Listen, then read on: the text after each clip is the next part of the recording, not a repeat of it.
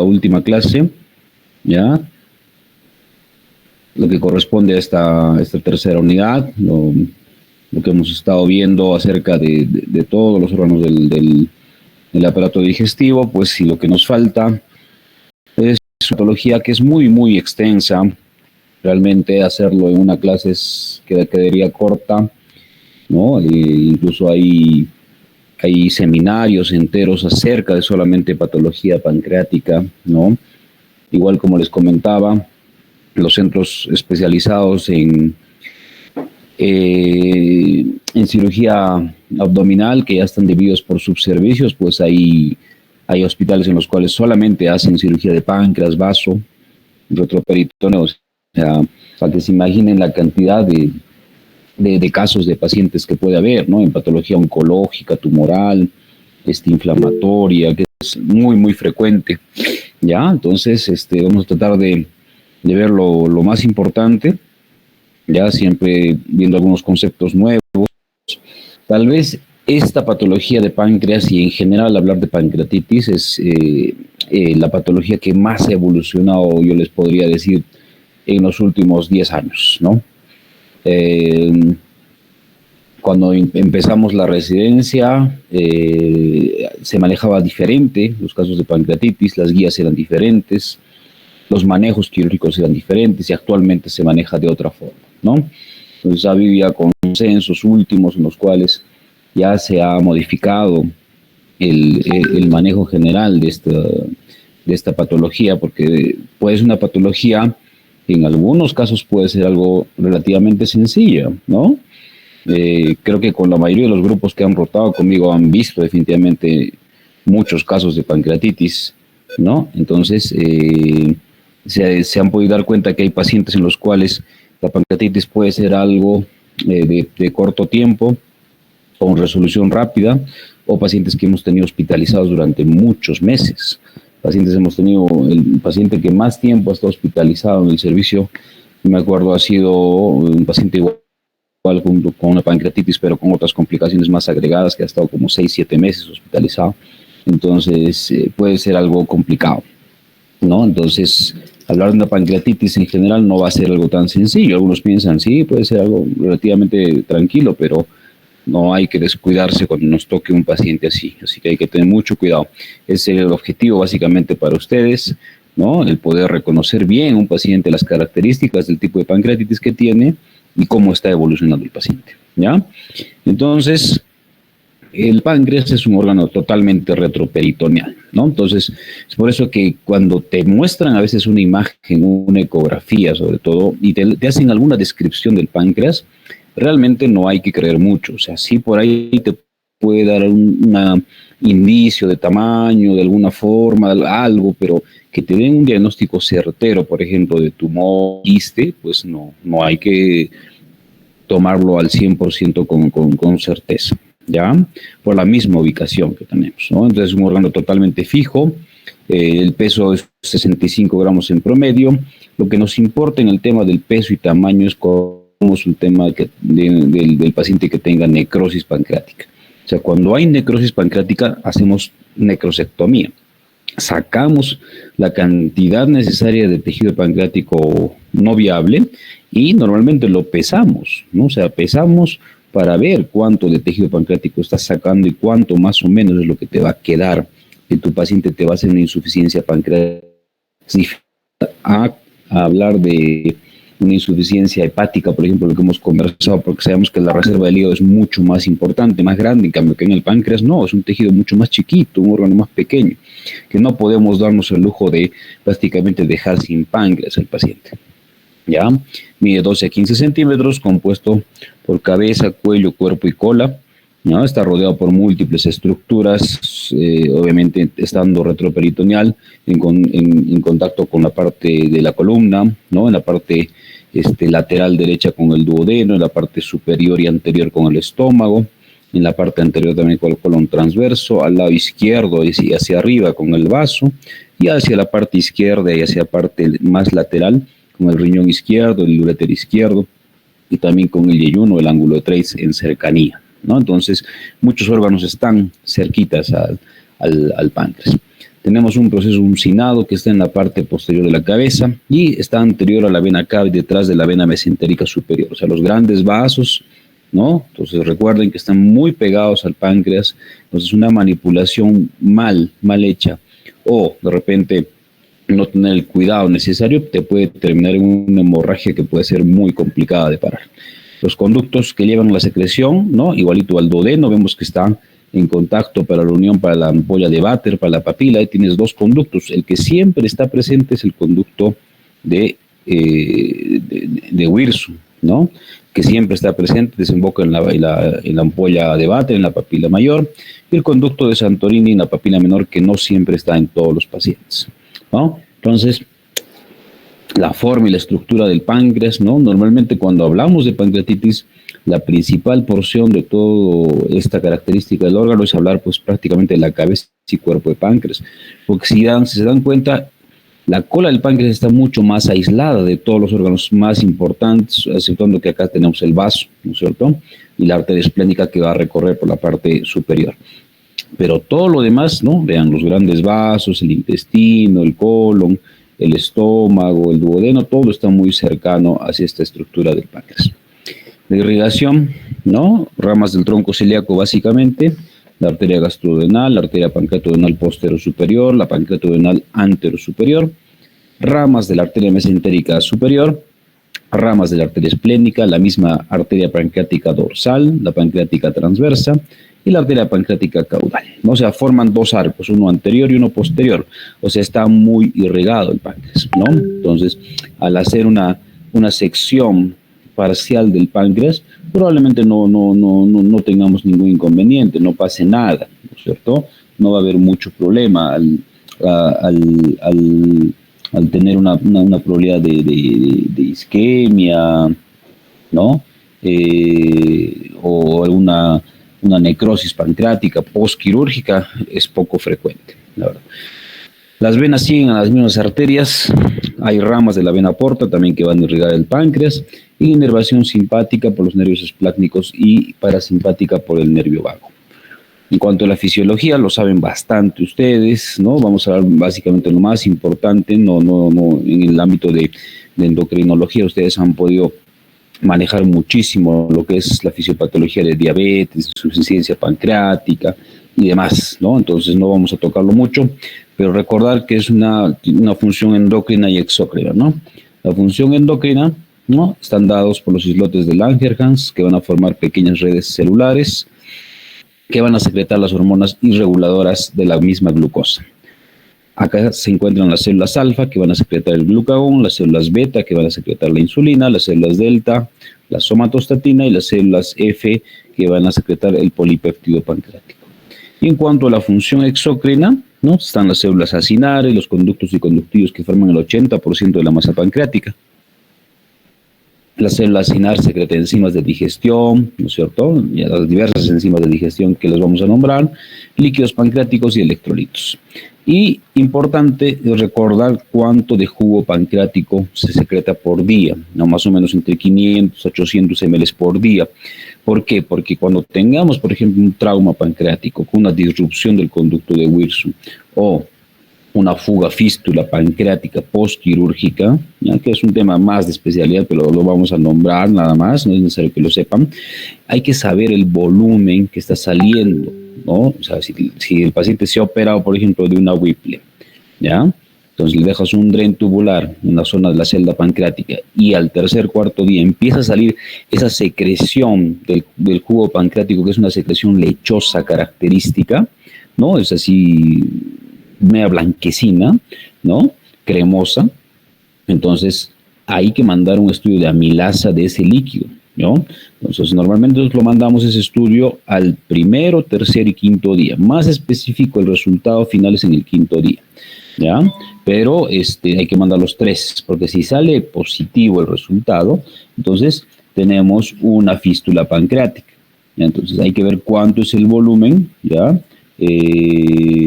Cuánto es el volumen final, ¿no? Que tenemos diario, para ver si va a ser una fístula que se va a controlar médicamente o quirúrgicamente, ¿ya? Entonces eso hay que saberlo. Anomalías congénitas también va a haber dentro de este órgano, como la aplasia pancreática, hipertrofia pancreática, el páncreas diviso, un páncreas anular, vesícula biliar pancreática, fibrosis quística, que da también junto con la fibrosis hepática, pulmonar, quistes pancreáticos, páncreas ectópico y los tumores, ¿no? Como los gastrinomas o los insulinomas. No son tan frecuentes, de todos estos tal vez lo que más se podría tener en el medio es los insulinomas, quistes pancreáticos, páncreas divisum y páncreas anular, ¿no? He visto por ahí de repente un caso en la rotación en el INEN, si no me equivoco. Entonces vamos a hablar rápidamente de esta anomalía congénita, que es el páncreas divisum. O sea, ¿qué significa? Que tienes dos conductos Wirsums, ¿no es cierto? O dos conductos pancreáticos, ¿no? Y esto va a hacer de que el paciente tenga o se le complique normalmente con unas pancreatitis a repetición. O sea, pacientes que tienen pancreatitis muy seguidas y no sabes la causa en sí, porque normalmente sabemos que la causa es más por etiología biliar, entonces hay que sospechar de repente en esto, ¿no? Una patología congénita. Entonces, acá al tener doble conducto, lo que nosotros tenemos que hacer es una cirugía para, digamos, unir esos dos conductos con el intestino. O sea, se llama la pancreatoyeyunostomía, ¿no? Es un tipo de cirugía que se hace o llamada operación de puesto también en algunos otros tipos de patologías. ¿Ya? Entonces se lleva un asa del yeyuno a esa zona y lo unes con todos los dos conductos que tienes para que ya no vaya directamente el jugo hacia la desembocadura de la vía biliar, y nada, ¿no? Sino de frente al intestino. Y el otro es el páncreas anular, que se ve como una lesión tumoral cercana a la primera y segunda porción del duodeno, que se ve como que el páncreas está envolviendo acá el duodeno, ¿no? Como una chalina, estorcando, y en algunos casos hace debut de obstrucción intestinal, ¿no? Entonces, porque ya el tejido pancreático ya sobrepasó su tamaño, ha englobado todo lo que es el duodeno, y el paciente pues hace ictericia, hace dolor, obstrucción intestinal, ¿no? Entonces acá lo que se tiene que hacer es hacer un puenteo, ¿no? De duodeno para evitar esta lesión. Entonces haces una duodenostomía. O sea, unir la primera porción del duodeno con la tercera porción.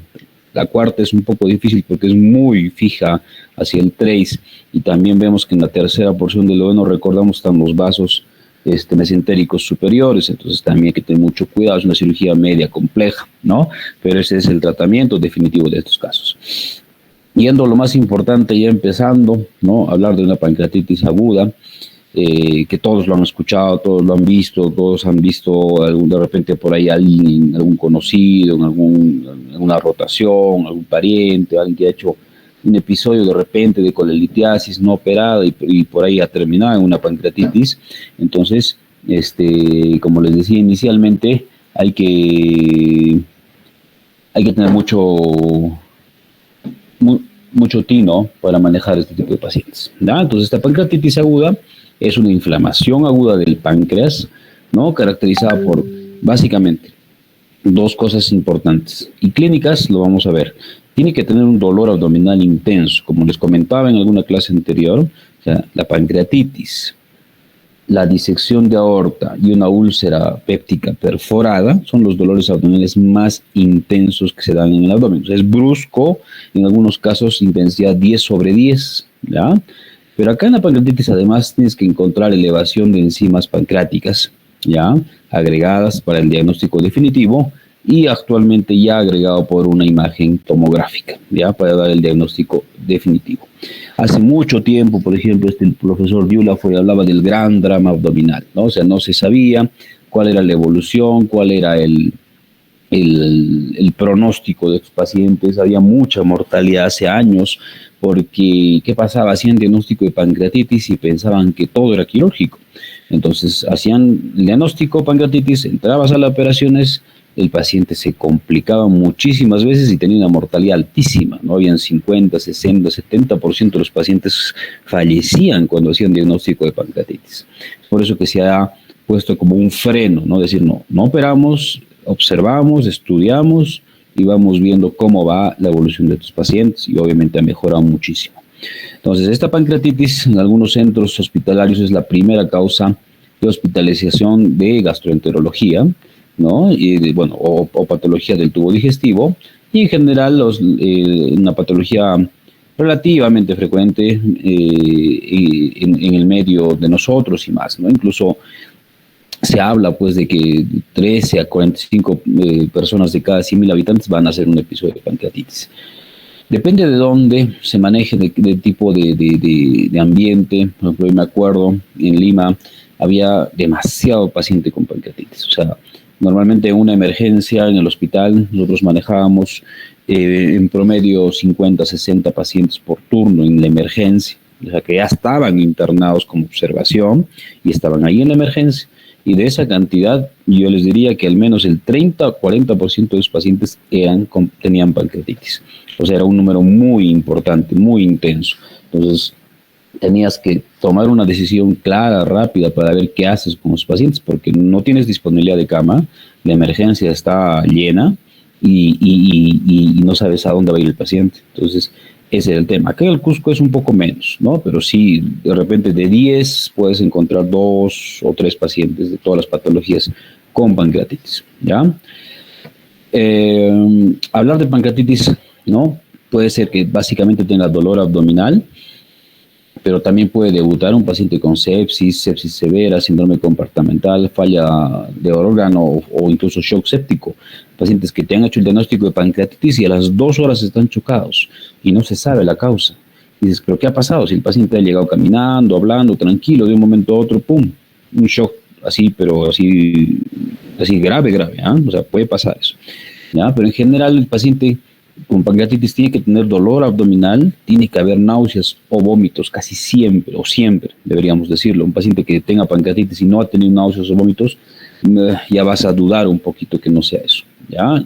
Y el dolor característico, pues que se va a irradiar hacia la espalda o irradiado en el cinturón, ¿ya? La pancreatitis aguda se va a presentar más o menos en 80% en cursos sin morbilidades serias, o sea, de 10 pacientes, 8 van a pasar una pancreatitis tranquila, sin ningún problema.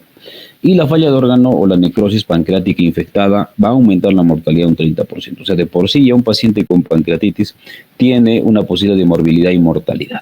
Pero ya mientras haya más tiempo de enfermedad, una necrosis mucho más avanzada, esta mortalidad va en aumento.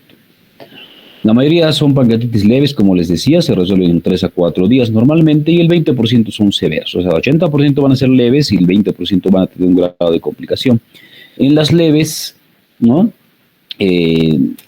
Vas a ver cómo va a evolucionar. Entonces, tú tienes que preguntar definitivamente el tiempo de enfermedad del paciente, o sea, saber, ¿no? Distinguir cuántos días tiene el paciente antes de que esté llegando al hospital. En promedio, los pacientes llegan con 1 o 2 días de enfermedad. Más que todo 1, porque el dolor ya es muy intenso y ya no aguantan más tiempo y vienen al hospital. Entonces, tener un día de enfermedad, de repente el paciente se queda en observación unos 2, 3 días, hospitalizar unos 2, 3 días más. Si es algo totalmente leve, se opera y a la semana está pues ya de alta. O sea, no pasa tanto tiempo. Antes era mucho más larga el tratamiento y la espera, ¿no? Pero hablando de pancreatitis leves, ¿ya? En general tiene una mortalidad del 5%, tal vez ahora es mucho menos, como les decía, ¿no? Algo raro de que pacientes fallezcan por una pancreatitis leve, moderada, en críticas por la falla multiorgánica, de repente porque se le ha agregado un problema pulmonar ya mucho más severo, y ahí es donde el paciente puede complicarse más. Y el 17% presentan recurrencias. Es por eso que todo paciente con pancreatitis que entra al hospital tiene que salir operado de la vesícula si es que la etiología es biliar, es lo que nosotros vemos, ¿bien? Entonces, la etiología, el 80% va a ser litiasis biliar, es lo que vemos nosotros en cirugía. Las otras etiologías no las vamos a ver nosotros, las van a ver y ya la han visto de repente con gastroenterología. Entonces, ves el paciente pancreatitis, no hay cálculos, que le estudie el gastro, que le haga todos los estudios para que encuentren la etiología. ¿Bien? Menos porcentaje la etiología alcohólica, 10%, de causa metabólica, traumática, fármacos, hay muchísimos, ustedes van a revisar, van a repasar, hay muchos fármacos que te causan pancreatitis y de otras etiologías también. Pero en general, ¿no? Recordando litiasis, pues tiene que haber litiasis vesicular o litiasis coledociana en la cabeza. alcohol con un consumo prácticamente crónico o consumo importante de dosis altas, ¿ya? De causa metabólica, la hiperlipidemia. Entonces se habla, por ejemplo, si tienes unos triglicéridos más de 1000, es muy probable que te haga pancreatitis a poco tiempo, a corto tiempo. Hipercalcemia igual, de causa traumática, bueno, eso sí puede haber en cualquier momento un trauma abdominal cerrado, trauma abierto, post-procedimientos, post-quirúrgicos, post-CEPRE también te hacen pancreatitis, ya lo hemos visto, ¿ya? Entonces hay que ver y manejar también a estos pacientes con cuidado. Fármacos a la cabeza anticonvulsivantes, corticoides, diuréticos, antirretrovirales y muchos más, como les digo, van a buscarlo. Otras causas neoplásicas, venenos, sobre todo picadura de escorpiones, infecciosas de causa idiopática, ¿no? y otras muchas más, ¿no? Que nosotros no las vemos, como les decía. Básicamente la primera es la que nos importa en cirugía general. Entonces, de la etiología, pues la mayoría biliar, como estamos viendo, alcohólica, puede ser metabólica, infecciosa y demás. La parte alcohólica se dice que tiene que tener un consumo de 50 a 80 gramos de alcohol por día, de manera continua, unos 2 meses más o menos, para que te pueda dar una pancreatitis de ese tipo. En cuanto a la fisiopatología, ¿no? de una pancreatitis existen las dos teorías claras. La primera es la teoría de OPI-1, en la cual habla de una obstrucción del conducto pancreático a nivel del esfínter de Oddi. O sea, hay un taponamiento, o sea, el conducto pancreático no permite el flujo normal, ¿no? del jugo pancreático hacia la ampolla de Vatel, hacia la papila, y el esfínter de Oddi empieza a inflamarse. Hay reflujo biliar y reflujo del jugo pancreático hacia el mismo conducto de Wilson, y eso te provoca la pancreatitis. O sea, hay un cálculo que está normalmente enclavado en esta zona, ¿no? Y no permite la salida del jugo pancreático hacia el intestino, y eso te provoca la inflamación del páncreas.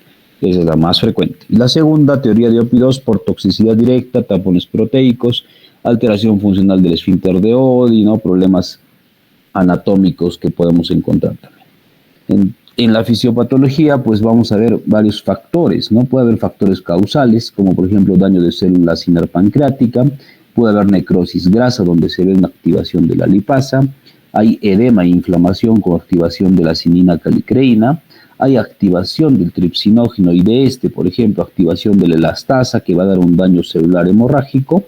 De la activación del tripsinógeno también puede haber activación de la quimiotripsina y va a dar un daño vascular edematoso. Y de la activación del tripsinógeno se va a dar una activación de la fosfolipasa A2 y te va a dar necrosis por coagulación. O sea, todas estas enzimas, las más importantes para la formación es la elastasa y la fosfolipasa A2. En cuanto a la clínica, como ya estábamos hablando hace un ratito, dolor abdominal en epigastrio intenso, de comienzo brusco y radiado hacia la espalda. Dolor desproporcionado con el examen físico. O sea, ¿qué significa? Que el paciente pues está gritando de dolor, está doblado, no encuentra una posición. Un rato lo logras poner en decúbito, le examinas y el abdomen aparentemente es más blando, normalmente, ¿no? Porque hay pacientes que sí ponen mucha resistencia, incluso te puede confundir con un abdomen peritoneal. Dice, no, pero ¿qué ha pasado? Se le ha perforado el intestino, está con el abdomen en tabla, no hay que meterlo a sala y es una pancreatitis. Entonces hay que tener cuidado, ¿no? Hay que observar y hay que examinar con mucho cuidado a estos pacientes. Pero normalmente el examen físico es más ligero a lo que el paciente te manifiesta. Náuseas y vómitos, distensión abdominal, alza térmica en casos ya más avanzados. En cuanto al examen físico, estos pacientes vienen generalmente con taquicardia por el dolor, taquipnea, ¿no? Fiebre, hipotensión, oliguria, SIRS, ictericia, palidez, ya pues, cuando hay una complicación sobre todo local o sistémica. Los ruidos normalmente están bajos, hay distensión abdominal leve, dolor difuso, timpanismo, irritación peritoneal, como ya hablaba, entre interrogante, porque puede que te confunda con un abdomen agudo quirúrgico, ¿ya? Y los signos de Kuyen y Gray Turner, que eso te hablaban los libros antiguos, ¿no? De la equimosis periumbilical, equimosis en los flancos, eso la verdad ya no se ve, hace muchísimo tiempo, ¿no? Ya no se nombra ni siquiera la pancreatitis necrohemorrágica, eso ya no se ve. En cuanto al diagnóstico, en todo caso, entonces, como les decía, tienes que tener los 3 parámetros: clínica sugestiva, amilasa o lipasa elevada 3 veces el valor normal de acuerdo al laboratorio, porque cada laboratorio tiene un parámetro, o sea, tienen que ver el resultado. pero normalmente tienen un margen hasta 60, ¿no? En la mayoría de los laboratorios, pero hay que corroborarlo con el rango referencial que aparece al lado derecho. Y una imagen radiográfica característica. 2 de 3 van a dar el diagnóstico, pero siempre hay que hacer los 3 estudios. En cuanto a los laboratorios, ya, la amilasa se eleva precozmente a las 2 horas de iniciado el cuadro, con un pico a las 24 horas y un descenso a las 72 horas. Pero no sirve. O sea, muchas veces los médicos internistas nos pasan pacientes con hiperamilasemia y dicen, no, pero es una pancreatitis. Vas a observarlo, ¿no? Lo revisas y es más, ni siquiera es una etiología clara, pancreática para la hiperamilasemia. Entonces, al menos yo no considero la amilasa, o sea, tengo una amilasa alta positiva, lo tengo ahí en el laboratorio, en la historia, pero no lo uso. O sea, siempre voy a pedir mi lipasa dependiendo del tiempo de enfermedad que tenga el paciente. La amilasa no nos sirve, ¿ya? Porque causas de hiperamilasemia hay muchas. Los problemas de glándulas parotidias, tumores parotidios, enfermedades de glándulas salivales, perforación de víscera hueca, embarazo ectópico, el mismo embarazo normal, falla renal, tumores y muchos más que ustedes también van a buscar. Y la lipasa sí es más específica, se va a elevar a las 8 horas, un pico a las 48 horas y va a desaparecer en 7 días. Entonces, normalmente, como les decía, un paciente pues viene con un día de enfermedad. Entonces, ya al tener un día de enfermedad, tú le vas pidiendo una lipasa, ¿no? Probablemente sí te va a salir positivo. Bien raro de que haya una sospecha y que pidas un examen de laboratorio y salga negativo, de repente ya es un falla de muestra o falla de procesamiento, o en todo caso pedir una segunda opinión en otro laboratorio. Otra cosa importante es esto, que no hay relación entre el valor y la severidad. Entonces, por ejemplo, les decíamos a los chicos, si tú tienes, por ejemplo, un paciente que tiene una lipasa de 200, digamos, que es el límite, o tienes un paciente de 2000, entonces, ¿cuál está más grave? El de 2000. No, o sea, acá no importa el número, o sea, tú puedes tener un valor al límite, apenitos por un punto de 3 veces el valor normal, o que tengas muchísimo más el valor 1000, 2000, 100,000 si quieren. Entonces eso no te va a dar la severidad, no va a decir que mi paciente va a tener un pronóstico más malo, va a estar más grave, ¿no? O ya tiene alguna complicación local o sistémica, no, eso no te indica nada, simplemente es un valor para el diagnóstico de pancreatitis, eso hay que tenerlo bien en cuenta, ¿ya? Entonces estos pacientes pueden tener leucocitosis, pueden tener leucopenia, hiperglucemia en algunos de los casos, alteración del perfil hepático, creatinina elevada, hipocalemia, hiponatremia, acidosis metabólica, TPINR elevado, PCR elevado y más cosas agregadas de manera sistémica. En cuanto a las imágenes, antes se pedía radiografía de abdomen para descartar otras patologías. Porque, por ejemplo, alguna vez ha tocado algún colega que te llegó un paciente con una distensión abdominal muy marcada, ¿no? Estaba el paciente timpánico, estaba pálido, estaba con mucho dolor, aparentemente no hacía deposiciones, y ves pues así, ¿no? Es una obstrucción intestinal, listo. Lo meten a sala, sin placas, sin nada, sin otro examen, entran, abren y era una pancreatitis, pero así a todo dar, ¿ya? O sea, con edema peripancreático, con un montón de líquido inflamatorio, con un montón de abones, y era una pancreatitis, no era una obstrucción. Entonces, básicamente, la radiografía para descartar otro tipo de patologías, ¿ya? Ecografía para el diagnóstico etiológico para nosotros, o sea, para encontrar cálculos en la vesícula, y siempre hacer una tomografía, que es el gold estándar ya demostrado para el diagnóstico y complicaciones. Y la resonancia o colangioresonancia para el diagnóstico etiológico. Ahorita incluso hay un poquito de disyuntiva a veces cuando hacer o no resonancia y tomografía. Algunos últimos congresos te habla de que la resonancia incluso se ve mucho mejor los cambios inflamatorios pancreáticos, pero el problema es que nosotros no estamos tan acostumbrados a ver mucha resonancia, o sea, sí ver colangioresonancia, solo la vía biliar, pero ver una resonancia de abdomen a comparación de una tomografía, ¿no es cierto?, de abdomen es diferente. O sea, estamos más acostumbrados a ver tomografías, por eso que preferimos hacer una tomografía en patología pancreática. Si estaríamos de repente más familiarizados con resonancias, de repente pediríamos resonancia, ¿no? Pero viendo nuestra realidad, nos quedamos con la tomografía. Esta tomografía siempre tiene que ser con contraste, o sea, eso, grábenselo, chicos. Toda tomografía para nosotros en el aparato digestivo sí o sí tiene que tener contraste. Sin contraste no nos va a servir. Solamente nos va a servir en este caso de pancreatitis, pero sí tienes que tener las dos. O sea, en pancreatitis tienes que tener una tomografía sin contraste y con contraste, las dos, para que tú puedas comprobar si hay necrosis o no, que lo vamos a ver en un ratito. ¿Ya? Entonces, acá se tiene que pedir la tomografía al 5.º día de enfermedad.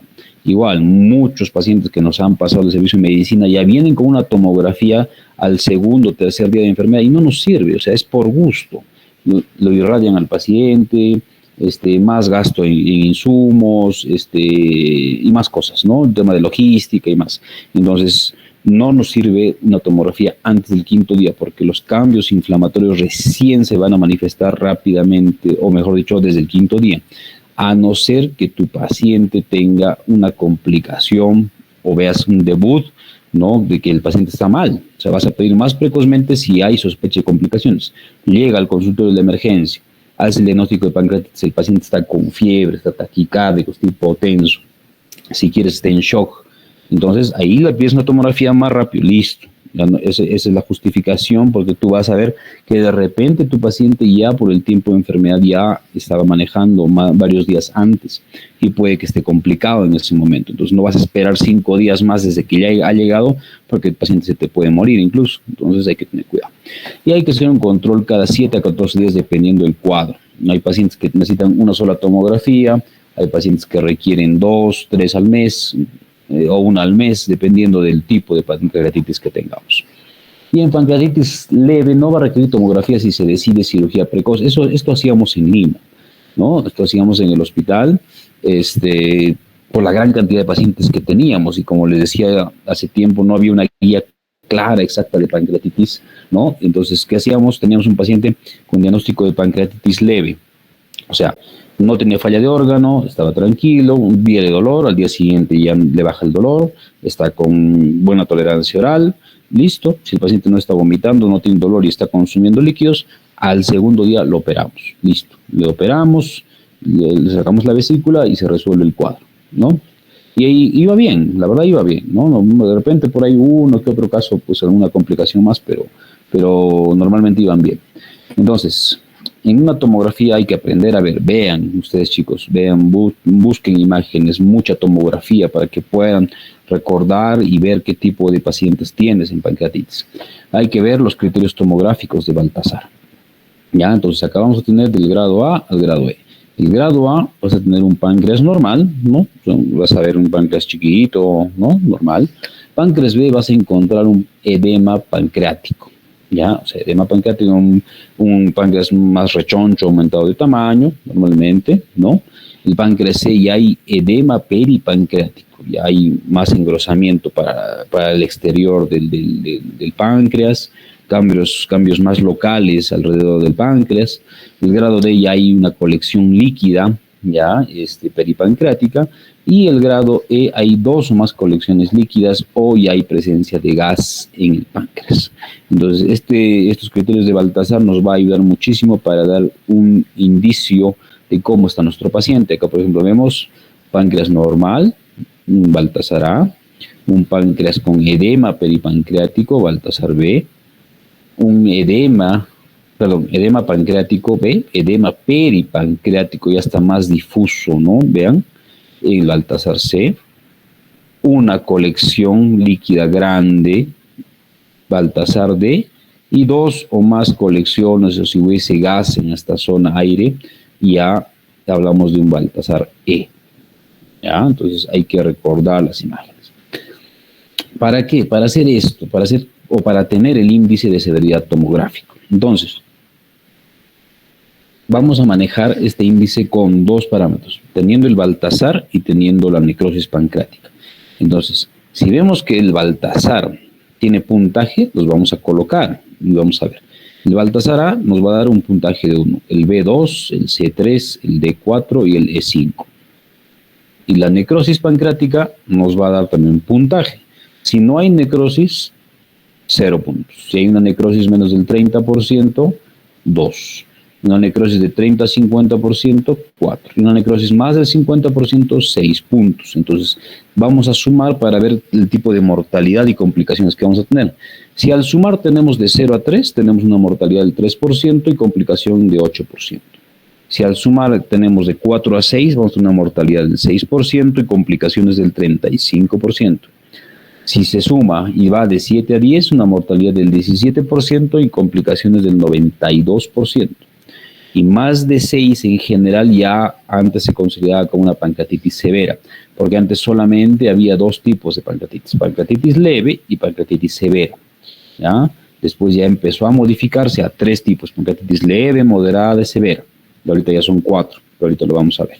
¿Ya? Entonces, para eso nos sirve el índice de severidad tomográfico. Entonces, para recordar, ver que haya tomografía o no tomografía, entonces hay que pedir, como les decía, una sin contraste y una con contraste. Entonces, en la zona donde tú veas que no capta el contraste en la tomografía contrastada, entonces ahí hay una sospecha de necrosis. Lo comparas con la sin contrastada y esa zona es la misma, en el mismo corte, entonces hay una necrosis. Y ahora, ver el porcentaje exacto ya es un poquito más difícil, eso nos tiene que ayudar el radiólogo.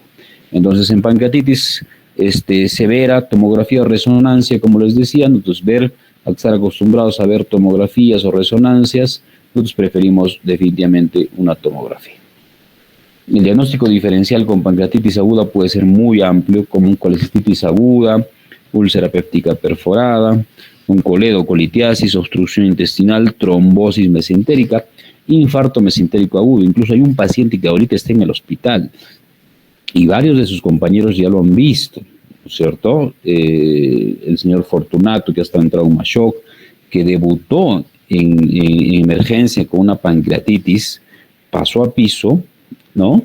Y de ahí hizo un shock séptico así rápido. Pero veíamos que en la tomografía era un páncreas muy chiquito, un páncreas pequeño, donde sí se veía una gran colección, un estómago muy grande y demás. Y al final el paciente entra con un síndrome compartimental, encuentra una necrosis intestinal, se opera una vez, hacen ileostomía y exploración de vía biliar. En la segunda hacen necrosis de la misma ostomía, vuelve a entrar, y la tercera entra por un cierre de pared. O sea, una isquemia mesentérica, ¿no?, que no se sabe si realmente estaba muy relacionada a la pancreatitis o no. Yo pienso que no, yo pienso que es un episodio totalmente aislado, pero ya desde el inicio se lo ha manejado como una pancreatitis y con isquemia mesentérica y una evolución grave. Ahorita el paciente está más o menos controlado, pero podría haber estado peor. Entonces, la clasificación que tenemos actual de la pancreatitis es esta, ¿no? Pancreatitis leve cuando no hay falla de órgano y no hay necrosis, ¿ya? Pancreatitis moderada cuando hay una falla de órgano transitoria, o sea, menos de 48 horas, o hay una necrosis estéril, ya no hay fiebre, no hay alguna complicación por la necrosis. Pancreatitis severa, cuando ya hay falla de órgano persistente más de 2 días, o hay una necrosis infectada. Y pancreatitis crítica, cuando ya hay una falla de órgano persistente y también hay una necrosis infectada. O sea, es claro, está bien puntual, no hay donde perderse para esta clasificación. Entonces, igual repitiendo, pancreatitis leve, no hay necrosis y no hay falla de órgano. Pancreatitis moderada, hay necrosis estéril o una falla de órgano transitoria. Y la pancreatitis severa, necrosis infectada o falla persistente. Y en la pancreatitis crítica hay necrosis infectada y hay falla de órgano persistente. ¿Ok? Entonces, acá vamos a poner ahí una imagen, por ejemplo, de este es un paciente, ¿no?, que tiene ahí el páncreas, un aumento de tamaño, no es mucho, no voy a volver a ponerlo, no se ve un aumento de tamaño muy grande, no se ve colecciones, no se ve aire, no se ve necrosis, es el páncreas un poquito aumentado de tamaño nada más, entonces es una pancreatitis leve. ¿Ah? Los determinantes de severidad, estos los usábamos nosotros hace tiempo, ¿no? Entonces se usaba hace 10, 15 años más para atrás. Se usaban los criterios de Ramson, criterios de Apache 2. ¿No? Ya no los usamos actualmente porque había mucho error, ¿no? Tenías que esperar hasta las 48 horas un ransom al inicio, un ransom a las 48 horas, tenías que hacer muchos exámenes y en el Apache peor, o sea, tenías que sacar hagas cada día, hacer hematocritos todos los días, hacer tu monitoreo constante, era un trabajo muy, muy pesado para el interno, para el residente, ¿no? Pero se tenía que hacer, ¿no? Pero ahora ya no lo usamos, no tiene una utilidad clara según las últimas guías. Lo que sí podemos usar en algunos casos es el score de Marshall modificado, que seguramente lo han visto también en gastro. Entonces acá en este score se maneja el parámetro respiratorio, el parámetro renal, el parámetro cardiovascular y el parámetro pues en general ventilatorio. O sea, estos tres parámetros tenemos que tomarlos en cuenta. Por ejemplo, tienes un parámetro de 0, 1, 2, 3 o 4. Si tienes un PAFI en 205, digamos, tienes 2 puntos. Tienes una función renal con una creatinina en 3.8, tienes otros 3 puntos más y tendrías 5. Y tienes un problema vascular, ¿no es cierto?, que el paciente está con una hipotensión marcada, sostenida, con pH menos de 7.3, tendrías otros 3 puntos. Entonces tendrías 8 puntos en general para el Marshall, para ver el grado de severidad que va a tener nuestro paciente, dependiendo del tipo de paciente que tengas en ese momento. También usamos el BISAP. En el BISAP ves si la URI es más a 53.5, hay alteración de la conciencia, edad más de 60 años, derrame pleural o cirrosis. O sea, con parámetros muy sencillos, en ese instante tú puedes hacer un parámetro de cómo está llegando tu paciente. En general, 2 o más criterios van a indicar severidad en el BISAP, ¿no? Y un porcentaje de mortalidad te lo va a dar. Si tienes hasta 5 puntos, normalmente mortalidad hasta el 9.5. Un solo punto, 0.4. Es una pancreatitis totalmente leve. Ahora, esto ya lo hemos visto, ¿no? En shock también podemos usar el SOFA con parámetros de 1, 2, 3, 4 en pancreatitis, ¿no? Con los parámetros respiratorios, de plaquetas, de perfil hepático, de cómo está la presión arterial y de cómo está la escala de coma de Glasgow y la función renal. Eso ya lo hemos visto, igualito también se puede dar en pacientes con pancreatitis para una evaluación. Entonces, ¿qué cosa es lo que más sirve actualmente para tener más especificidad? Pues definitivamente tenemos que usar lo que hemos estado hablando, ¿no es cierto? ¿No? Hablar del BISAP, hablar del Marshall, ¿no? Y hablar de cómo está la función hepática de predictores de gravedad. Entonces, acá también tenemos otro tipo de predictores. Por ejemplo, predictores clínicos. Si tienes un paciente con IMC más de 30, más de 55 años, alteración de la conciencia o alguna comorbilidad, va a aumentar su probabilidad de morbilidad. En los criterios radiológicos, derrame pleural, casi la mayoría de los pacientes tiene un derrame pleural, sobre todo en el lado izquierdo. En el derecho no se presenta tanto, eso van a buscar ustedes por qué más se presenta el derrame pleural en el lado izquierdo y no en el derecho. Hay infiltración pulmonar, puede haber colecciones, ¿ya? Y de patrones analíticos, pues que tengas un PCR más de 150, la procalcitonina también elevada, un hematocrito normalmente disminuido inicialmente, una boom de creatinina más de 20, y las escalas pronósticas te decían para que un paciente esté grave, por ejemplo, que tengas un Apache más de 8, que tengas un Ramson más de 3, un Marshall más de 2, un BISAP más de 2. Tú ya decías, me tengo este parámetro, entonces mi paciente ya está entrando en una pancreatitis grave. Eso era lo que se usaba. Tenemos que tener el tiempo de enfermedad bien claro, como les comentaba, ¿no? Entonces, existen 2 picos evolutivos de la pancreatitis.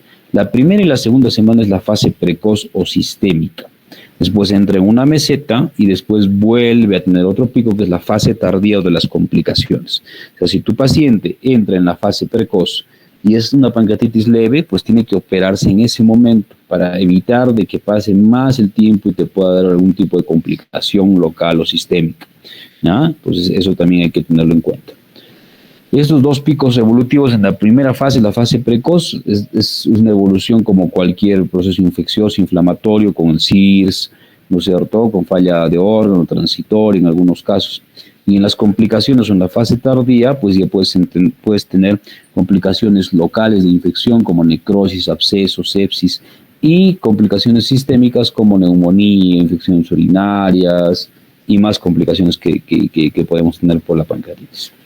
Entonces, teniendo como complicaciones vas a tener dos tipos de complicaciones de pancreatitis. Complicaciones locales, o sea, lo que está muy cerquita al páncreas, ahí en la localidad, ¿no? Cerca de la celda pancreática, que puedes tener colecciones líquidas, pseudoquiste, necrosis o absceso. Y las complicaciones mayores o a distancia, ¿no? Cualquiera, distrés respiratorio, insuficiencia renal, shock séptico, CID, alteraciones metabólicas, falla multiorgánica de las que ya conocemos, también puede tener pacientes con pancreatitis. Entonces, de estas complicaciones locales vamos a ver las 4, ¿no? La primera es la colección líquida peripancreática. Acá en esta colección líquida van a ocurrir en la fase precoz de la pancreatitis aguda, ¿no? Entonces, tenemos que saber que la fase precoz, ¿no? Hemos dicho las primeras semanas, pero va hasta las primeras 4 semanas de enfermedad. Entonces, eso vamos a ver en un cuadrito en un rato para que se entienda de mejor manera. Acá esta colección líquida se va a localizar alrededor del páncreas y va a carecer de pared, no tenemos una pared definida. Hay gránulos o tejidos fibrosos y pueden ser intra o extrapancreáticos, normalmente son extrapancreáticos. El mayor porcentaje de pacientes con colección líquida va a regresionar espontáneamente, ¿ya? O sea, del 60, 70%, perdón, del 100% de pacientes que tienen una colección líquida, el 60 o 70% va a regresionar. O sea, se va a reabsorber esta colección y no va a necesitar más nada.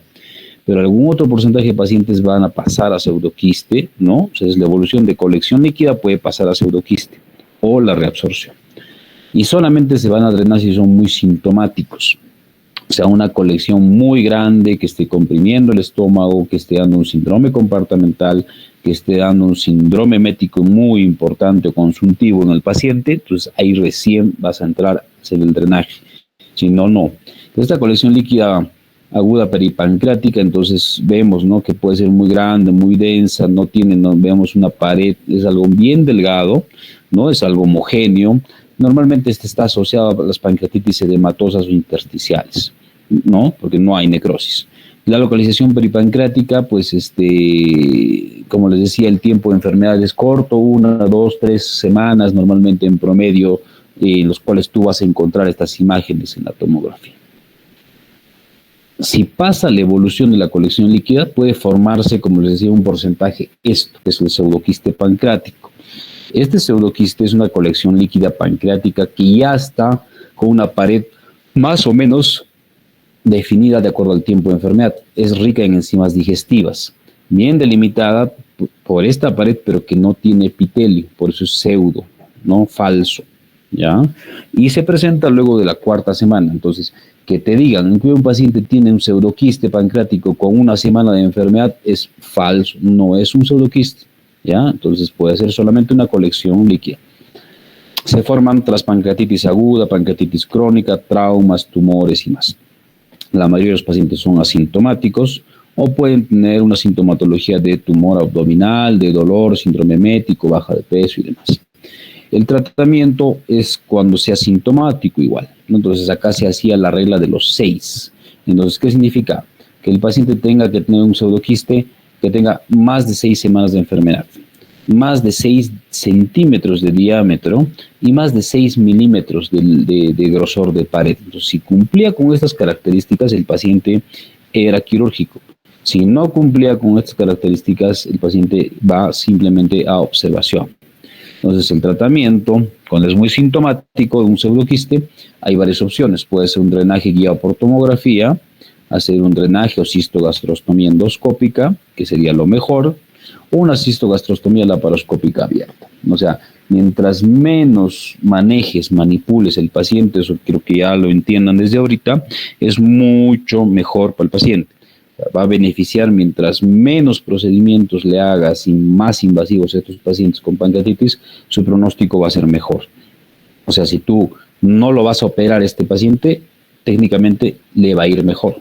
Y puedes, si tienes otras opciones, es mejor agotar todas las últimas opciones que tengas a la mano antes de hacer una cirugía a este tipo de pacientes. Entonces acá, por ejemplo, vemos este pseudoquiste, ¿no es cierto? Ves una gran colección y acá se ve la pared, ¿no? O la pseudopared, que ya tiene un grosor ya más definido, más delimitado, se ve, miren, el borde, ¿no? Ya mucho más localizado, ya, y el contenido, pues, bueno, puede variar un poco, en algunos normalmente es un contenido sí claro, transparente, en algunos el pseudoquiste se infecta, se sobreinfecta y ya cambia la característica del líquido, ¿no? Del contenido en el quiste, ¿ya? Entonces vamos a ver, ¿no? Acá por ejemplo se ve esta tomografía, ¿no? Donde ya cambia un poquito las características, miren, ya se ve una colección más grande con una pequeña pared. Entonces, este ya es una formación de un pseudoquiste, pero inicial, porque si tú logras medir el diámetro de la pared, probablemente pues tenga una pared de 2 3, ¿no? O sea, no es muy gruesa. Entonces, si tú te vas a animar a operar un pseudoquiste, tiene que tener una pared lo más gruesa posible, porque una pared muy delgadita, al unir al estómago, entonces el punto no va a pegar bien, no va a agarrar bien, entonces hay más posibilidad de sangrado, más posibilidad de fuga y más. Pues, ¿qué más tenemos como complicación local? Una necrosis estéril. Esta necrosis estéril es una área difusa o focal de tejido pancreático no viable y se va a asociar a necrosis grasa peripancreática. Sí se ve en las primeras 4 semanas, o sea, también puedes tener o una colección líquida antes de las 4 semanas o una necrosis estéril antes de las 4 semanas. En las tomografías tú vas a encontrar zonas que no captan contraste, o sea, ahí tú ves, te das cuenta que hay necrosis, o sea, comparas la tomografía contrastada con la no contrastada y zonas que no captan el contraste en esa parte, es porque hay necrosis. Se confirma, pero al 100% cuando hay una punción con aguja fina, punción aspiración con aguja fina y el cultivo, pues, ¿no? Y el tratamiento es conservador, ¿no? No necesitamos tratamiento específico, incluso antibióticos, no se necesita más, es observación de este tipo de pacientes. Pero cuando tienes una necrosis importante, pues esperas o retrasas la cirugía. Es por eso que algunos pacientes en el hospital, si tienes una necrosis en el páncreas, por ejemplo un 40-50%, no vas a operarlo precozmente la vesícula. Entonces lo mandas a casa y le haces un control tomográfico en 2 a 4 semanas y dependiendo de cómo va, ahí se entra a operar al paciente. Si no, se va esperando. Entonces acá, por ejemplo, ves la densidad pancreática es diferente en la cabeza y la cola, acá en el cuerpo, ¿no es cierto? No está captando el contraste de una zona mucho más oscurecida, que debería ser una zona más blanca, entonces hay necrosis en esta zona marcada. Después, también otra complicación local, tienes la necrosis infectada, o algunos le llaman el wall of necrosis, ¿no? Es una infección parcial o total de tejido necrótico pancreático y o peripancreático por microorganismos. O sea, ya hay una sobreinfección que ha llegado hacia ese espacio pancreático, ¿no? El diagnóstico se hace siempre por punción y cultivo positivo, o sea, tienes que tener un cultivo ya con germen positivo. Otro es el primer drenaje, o sea, ya a veces el paciente está entrando a sala de operaciones y encuentras que al hacer el drenaje, pues mandas a cultivo y te sale positivo. Entonces, una necrosis infectada. O al abrir, ¿no es cierto?, encuentras burbujas de aire en la necrosis, el color y es un color más grisáceo, hay mal olor también cercano, no es mucho porque el tejido pancreático no huele tanto, o sea, si tú lo vas a comparar, por ejemplo, con una necrosis de apéndice, necrosis de intestino, el olor es totalmente diferente a una necrosis de páncreas. Y el tratamiento, sí, en estos casos tiene que hacer un tratamiento de drenaje rápido, precoz, agresivo. Necrosectomía más antibióticos, acá sí está indicado al 100%. Entonces, hacer y sacar todo el tejido necrótico va a ser muy importante. Ahora, tú puedes hacer por cirugía laparoscópica, cirugía abierta, puedes intentar por endoscopía o puedes hacer por drenaje percutáneo. El tema es ver si es que es una necrosis muy organizada. O sea, hacer un tratamiento sin necrosectomía, o sea, solamente hacer una punción y ver el drenaje te va a servir, de repente va a quedar un poco corto, porque si ves que es una necrosis que está muy organizada, o sea, el tejido está muy indurado, muy condensado, probablemente al solamente punzar no te va a servir, la necrosis se queda pegada al tejido, a la pared del páncreas, entonces sí tendrías que entrar a hacer una cirugía. Entonces ya resumiendo, miren, acá tenemos el cuadrito que les decía de las complicaciones locales. Entonces, en pancreatitis intersticial edematosa, necrosis pancreática, los dos tipos de pancreatitis. Entonces, va a haber precoz, antes de las 4 semanas, colección líquida peripancreática y la necrosis estéril. Y las tardías, más de 4 semanas, ¿no? La pseudoquiste pancreático y el wall of necrosis. Eso es lo que se ve de acuerdo al tiempo que estamos conversando. Entonces, ¿cuándo hacer, no, aspiración con aguja fina? Cuando hay alta sospecha de una pancreatitis necrosada, infectada, entonces ahí sí tienes que hacer, ¿no? Y de repente no tienes una tomografía a la mano en ese instante, entonces también vas a hacer esta punción precoz cuando el paciente esté empeorando, se tiene una evolución desfavorable, cuando hay una persistencia de fiebre, no más de 2 días seguidos y no es otra causa la que tú estás pensando, si tienes unos leucocitos muy altos marcados de manera constante, o ya el paciente está entrando falla multiorgánica también persistente, ¿ya? Entonces hay que hacer una punción o tener una tomografía rápida y hacer punción al mismo tiempo para hacer el diagnóstico definitivo. El tratamiento, entonces, para la necrosis es hacer una necrosectomía endoscópica, si se puede, si tienes un gastroenterólogo entrenado, con el material ideal, ¿no es cierto?, se puede hacer. Si no, hay que hacer una necrosectomía laparoscópica o necrosectomía por vía abierta. Ahora tienes abordaje anterior, que es el más frecuente, o abordaje por lumbotomía, la parte posterior. Entonces, ¿cuál es mejor? Si ustedes me preguntan, pues obviamente hacer una cirugía mínimamente invasiva es mucho mejor, pero a veces no se puede, justamente por el tejido necrótico es muy denso, muy espeso, intentas sacar con la pequeña pinza y no logras hacerlo, ¿no? Más te demoras, el tiempo operatorio, reoperación y más. En la cirugía abierta, el abordaje más común es la vía anterior, pero el problema es que tienes que entrar hasta la celda pancreática, abrir el hiato de Winslow, llegar al páncreas y de ahí recién llegar a la necrosis.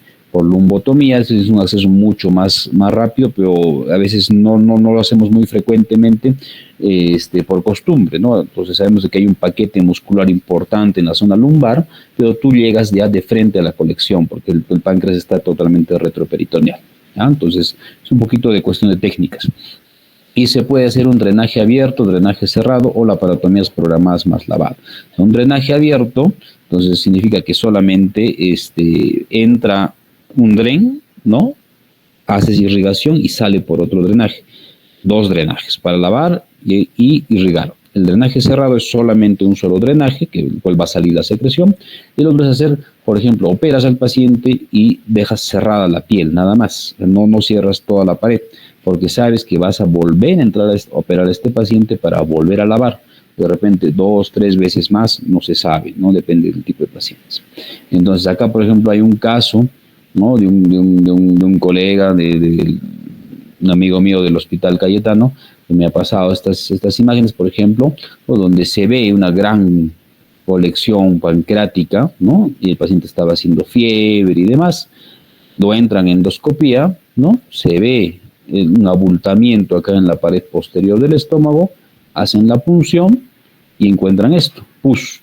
Entonces es una necrosis infectada, ¿no? Y lo que hacen es esto. Hacen una cistogastrostomía, hacen una unión del estómago con el páncreas y le colocan un stent autoexpandible, ¿no? Entonces, es una opción inicial, ¿no? El paciente se puede mejorar o de repente un paciente que esté en mal estado general que no te va a aguantar una cirugía, entonces haces este procedimiento inicial, se estabiliza y luego ya puedes pensar en una intervención más adelante. Eso es importante.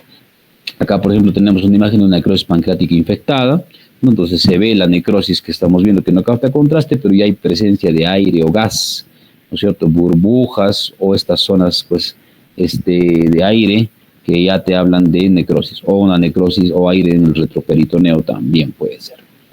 Esta necrosis encapsulada del WOM, por ejemplo, es un tejido necrótico encapsulado, ya hemos dicho que tiene que haber más de 4 semanas, ¿no? Y hay que diferenciarlo, obviamente, con una necrosis por el tipo de clínica que está teniendo el paciente, la punción que vamos, si encontramos aire en una colección grande, pasar las 4 semanas, probablemente ya sea una necrosis infectada, una necrosis amurallada, algunos le llaman también, ¿ya?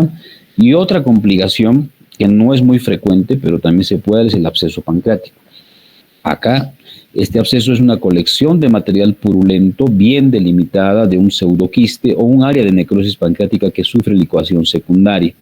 O sea, ya se ve con un cuadro mucho más crítico. El paciente ha estado mucho tiempo de repente en UCI, ha estado intubado, ha estado con nutrición parenteral y al hacer control el paciente sigue con fiebre. Fiebre es una colección que ya sobrepasó el tamaño. O sea, ya no tiene una capacidad suficiente y se forma un absceso intra y extra.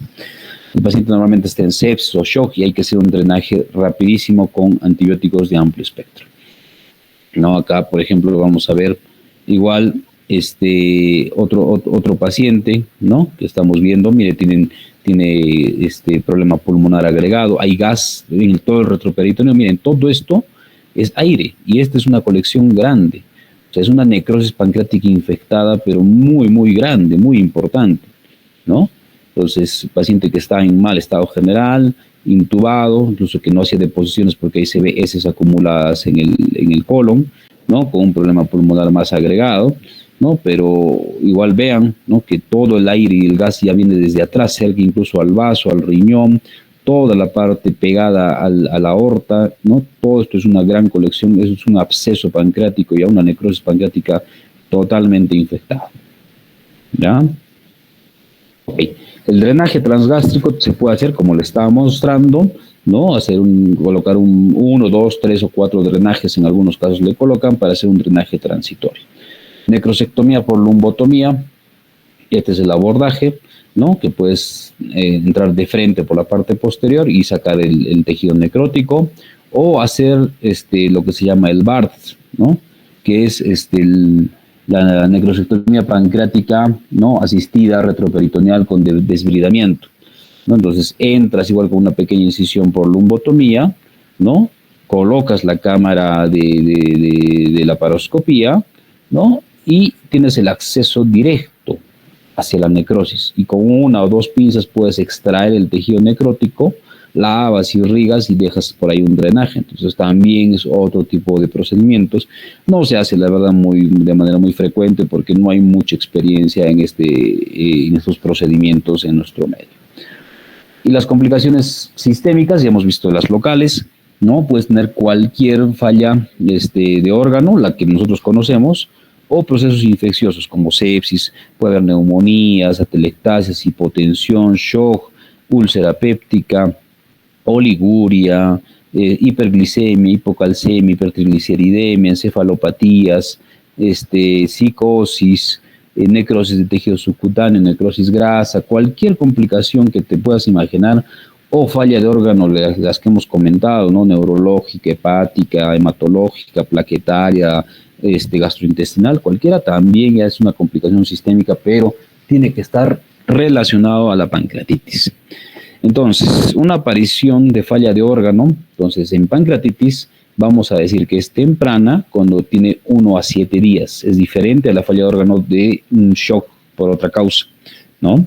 Entonces, va a ser fulminante en los primeros 3 días, una alta mortalidad, 90%, y subfulminante 4 o 7 días, 73% de mortalidad.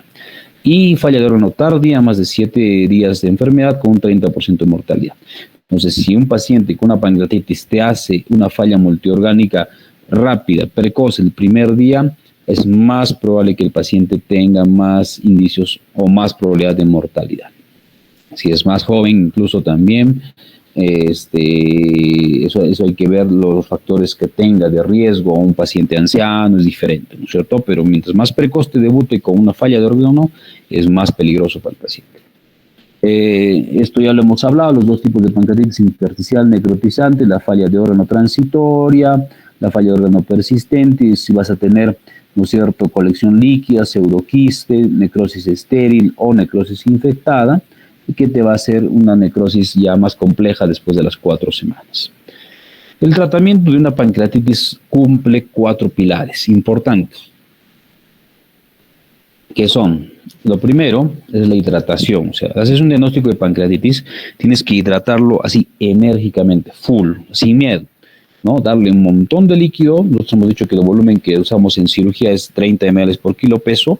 En pancreatitis le damos 50 hasta 70 ml por kilo peso. Lo único que tenemos que tener cuidado es que si tienes un paciente con problema pulmonar o un paciente anciano, porque ahí lo puedes encharcar más, le haces un encharcamiento pulmonar y ahí también puedes tener otra complicación. Si no, hay que hidratarlo enérgicamente las primeras 24 horas. Analgésicos, ¿no? Usamos normalmente metamizol y tramadol en algunos casos. La nutrición también, eso ha cambiado, todo esto ha cambiado, no hace tiempo, esperabas mucho tiempo que el paciente pueda alimentarse, lo dejabas en NPO 4 o 5 días o más tiempo porque decían, no, pero no lo puedes alimentar porque el paciente va a vomitar, va a tener más dolor, va a haber distensión abdominal y eso ya se ha visto que no es cierto. Y el monitoreo constante. Entonces, esos 4 pilares se tienen que cumplir en estos pacientes con pancreatitis. Pues, lo primero, hidratación, como les decía, enérgica, ¿no? 50-70 ml kilo peso las primeras 24 horas, luego dar cloruro, le puedes agregar un frasco o 2 frascos de cloruro y uno de dextrosa, o sea, de los 4 frascos que uses el primer día, el segundo día puedes bajarle uno, ¿no es cierto? Ya le agregas dextrosa con agregados, ¿no? Pero no usar dextrosa de frente porque se va al intracelular y da diuresis osmótica, o sea, primero la hidratación con cloruro. Y cuidado en unidades extremas, como les estaba comentando. En cuanto a la analgesia, adecuado para calmar el dolor, depende del umbral de dolor de cada paciente. Usamos AINES, metamizol 2 gramos cada 8, ketoprofeno 100 cada 8, o usamos petidina, tramadol o meperidina, ¿no? No usamos la morfina, ya saben, porque hace más esfínter de Lodi, o espasmo de Lodi. Y fentanilo en casos muy extremos, cuando el paciente tiene mucho dolor, hacemos interconsulta anestesio para que le haga pues manejo del dolor, terapia del dolor, parches o infusión constante con fentanilo. En cuanto a la nutrición, ¿no? Tenemos que ver, ¿no? Que hay que alimentar precozmente a estos pacientes para evitar la atrofia de las vellosidades. Entonces, eso es un dato muy importante que tenemos que recordar. La vía enteral es la mejor, obviamente. Si tu paciente va a tolerar la vía oral, hay que darle por boca, ¿no? Si no, de repente usaría pues sonda nasogástrica cuando hay mucha distensión o vómitos incoercibles de estos pacientes, ya podrías manejar una sonda nasogástrica para la alimentación de tu paciente. Probar la tolerancia oral al segundo día y progresar la dieta, pues, ¿no? Entonces, primer día en observación, segundo día probar tolerancia oral, después dieta líquida, dieta blanda, vas haciendo la tomografía y si es que no hay más alteraciones, lo programas pasado el 5.º día de enfermedad.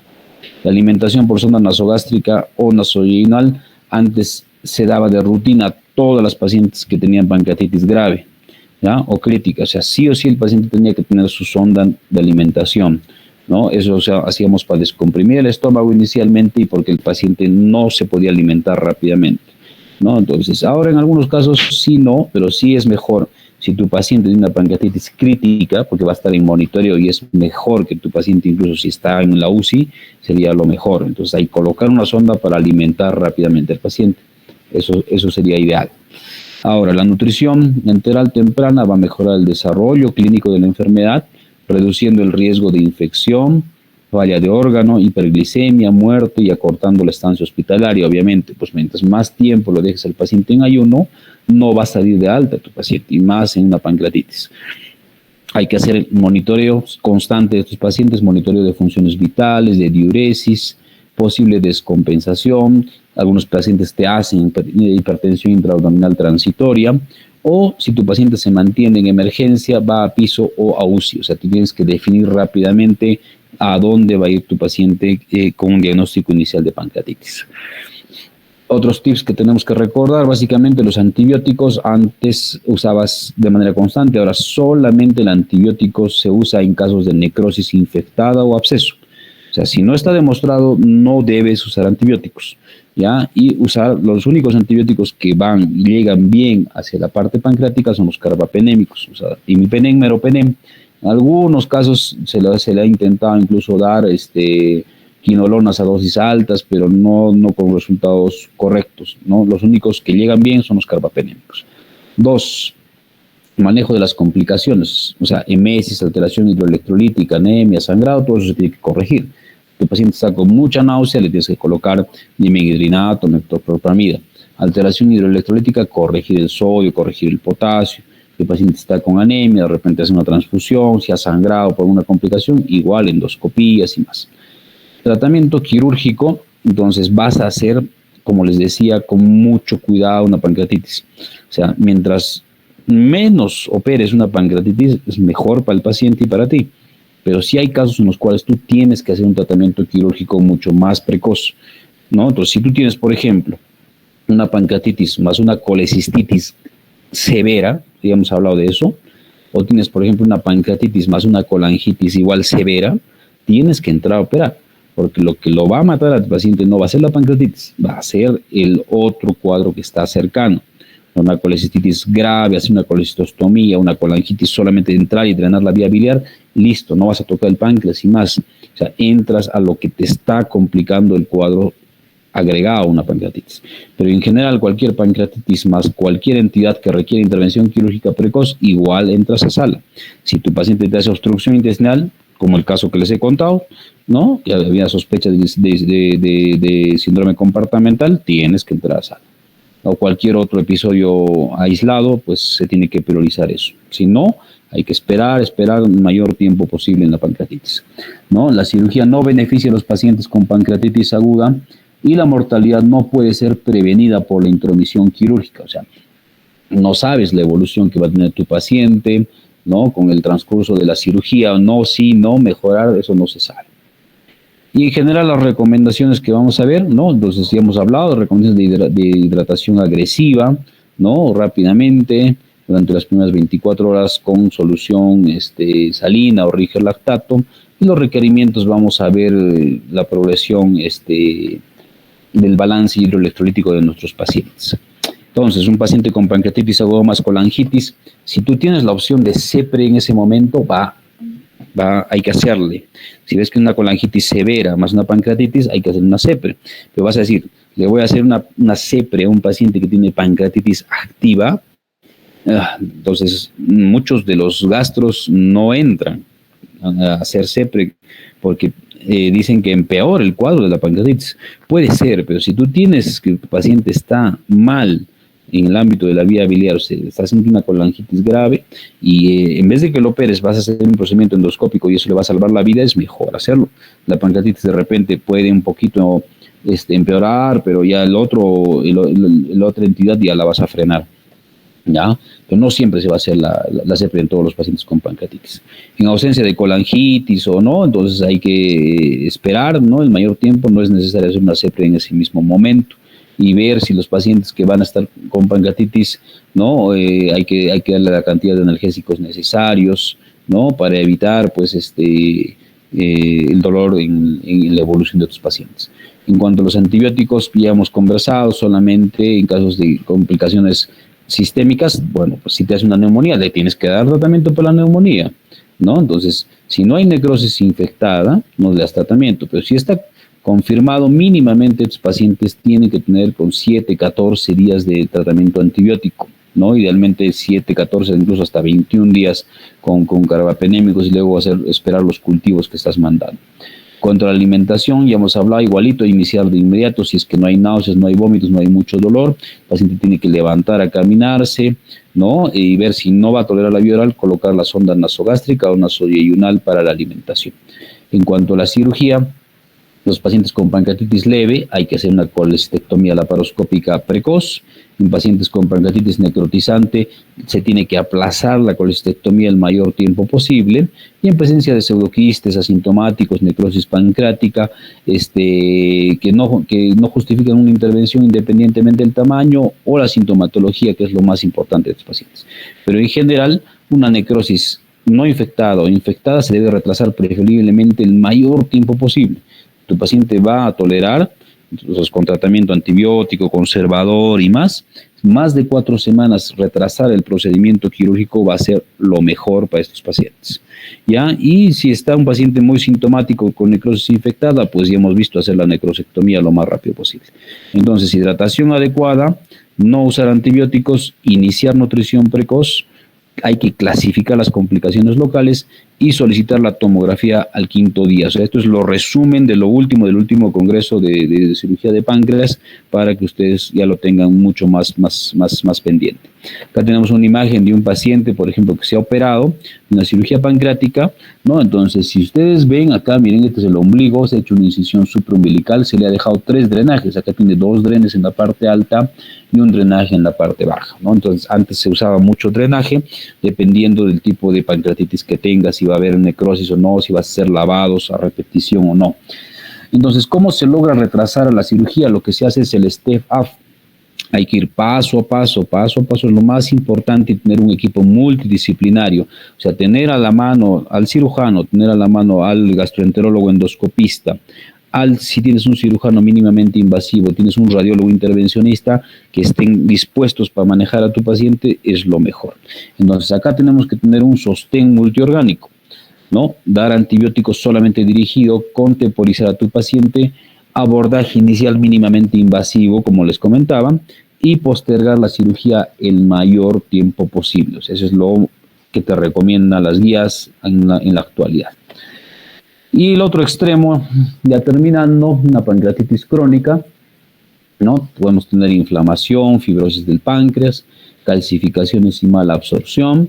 Generalmente es progresiva y dilatación del Wilson. Se ve un Wilson muy alto, muy dilatado. Van a averiguar cuánto es el diámetro normal de un Wilson sano y de un Wilson con pancreatitis crónica. Está más asociado a la patología alcohólica y la clínica, pues, con dolor, diabetes, baja de peso, atorrea, estos pacientes con pancreatitis crónica.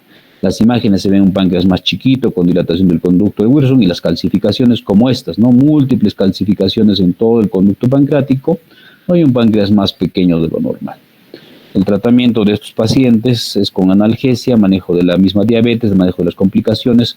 Reciben enzimas pancreáticas de manera crónica. O sea, usamos el Pancreoflat o el Creón, que es lo que más usamos, ¿ya? Y el tratamiento quirúrgico en pacientes que ya están muy descompensados metabólicamente, se le hace igual la operación de puesto, que es la pancreato y ionostomía en Y de Rux, que más o menos es así, como les decía en el caso del Pancreas Division, igual, te llevas un Y1, un asa del Y1 hasta esta zona, ¿no? Y haces la unión con el conducto pancreático. Ven una sutura bien larga, bien grande, ¿no?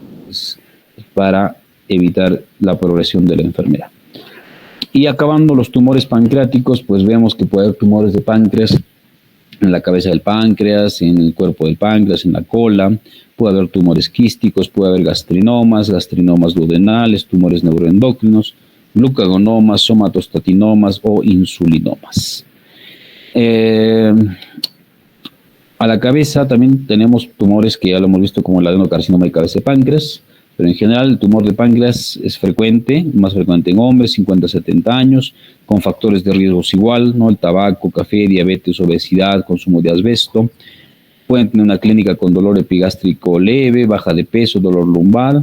Siempre es mal pronóstico. La cirugía es la operación de Whipple, que ya la hemos visto cómo se hace, o en casos de tumores muy centrales, pancreatectomía central, un tumor de cola, pancreatectomía distal más esplenectomía, o hacer una pancreatectomía total, como se ha hecho en alguna ocasión, sobre todo en un paciente con un adenocarcinoma infiltrante o un insulinoma, que era el diagnóstico presuntivo de estos pacientes.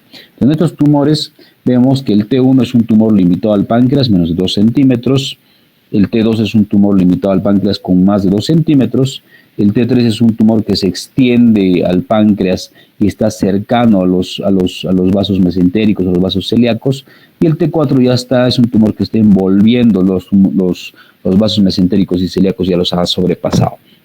El N0 no hay ganglios regionales detectados, y el N1 sí existen nódulos linfoideos regionales. El M0 no hay metástasis y el M1 ya hay una metástasis a distancia.